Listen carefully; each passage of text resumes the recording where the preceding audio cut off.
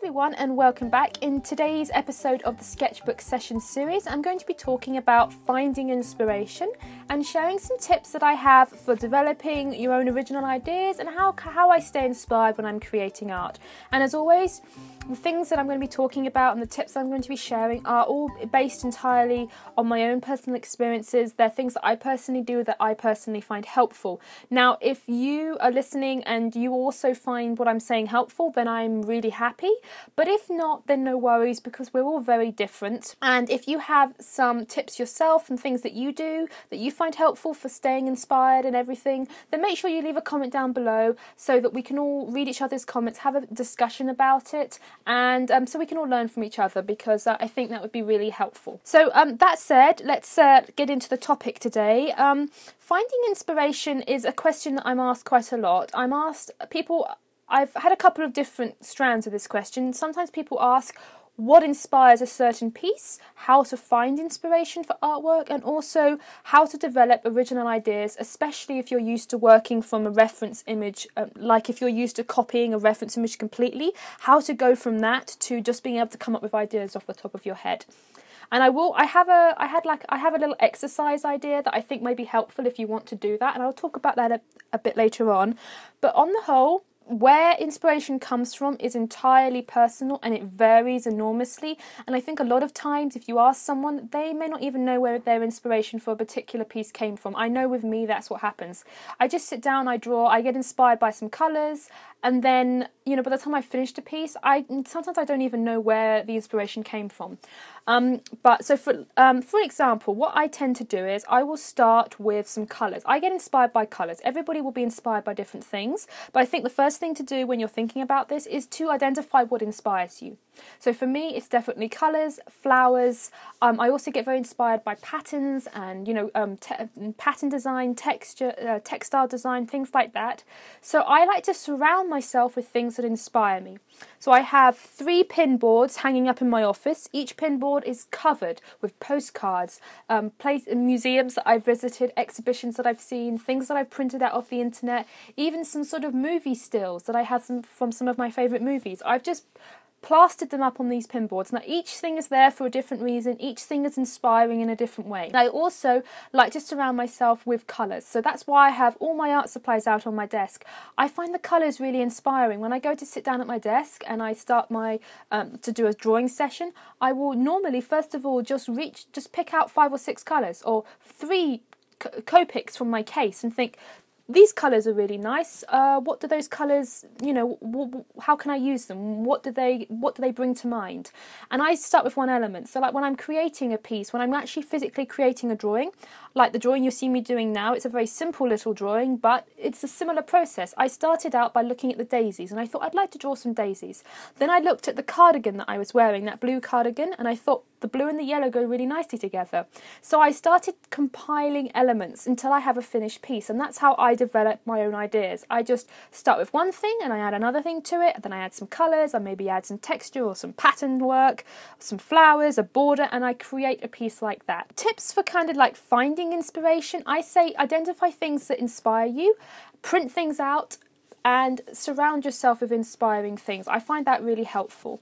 I find that I could have a pin board on Pinterest, but I find that I need it visually on the wall. So some other things that I think are useful in this discussion are if you're having trouble, if you're not feeling inspired, then I do have some tips for some things that I do to help the juices get flowing again. First of all, sometimes mixing it up helps. So if you work every day at a certain desk, then if you're having a day or a set of days where you just don't know what to draw, you're having trouble finding inspiration, then mix it up. Go sit somewhere else.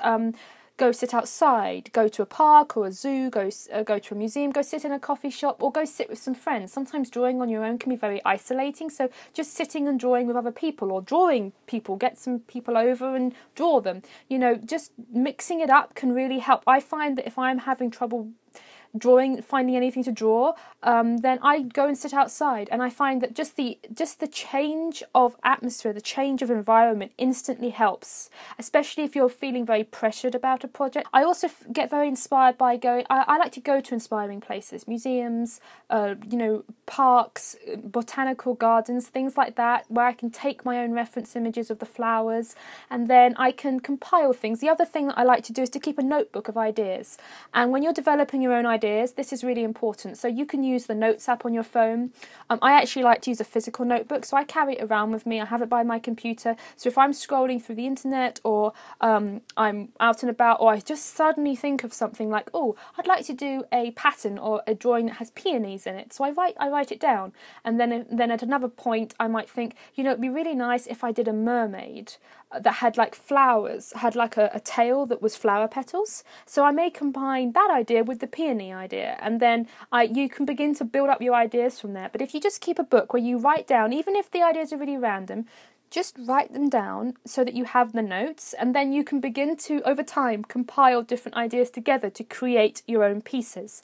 I also find that walking and doing some exercising, some movement really helps. Even before I sit down at my desk, I find if I have a walk first, I'm much more productive, and I find that it's much easier to get on with drawing and to think of some things if I've got some oxygen in my brain. So if you don't like walking, I like going for a walk, a good 15-minute, 20-minute walk, or you can do some yoga, some Pilates, some exercise session, or do some dancing, whatever it is you like to do. If you do that little that exercise first, and then do some stretching, do something like that, and then do your artwork or your drawing or your creating, you may find it a lot easier to kind of start thinking and coming up with stuff, because you've got lots of good oxygen into your head. I find that very helpful as well. Now I'm just going to talk about the kind of little project that you could do to help with the reference, to help coming off reference images and developing your own ideas. So this was asked by someone a while back. I can't remember who it was, but he or she was saying that they are used to drawing exactly from reference, copying exactly, and they wanted to start developing their own ideas, but they felt quite intimidated and they weren't sure how to really start. So I had a thought.